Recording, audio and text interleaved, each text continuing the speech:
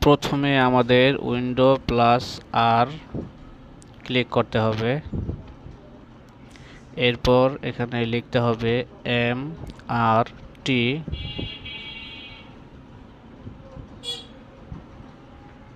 এরপর okay click করতে হবে।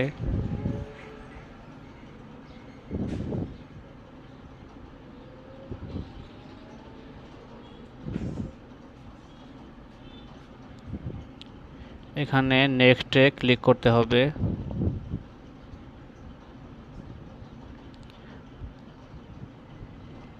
নেক্সটে ক্লিক করার পর আমাদের কম্পিউটারটি স্ক্যান হতে শুরু করবে।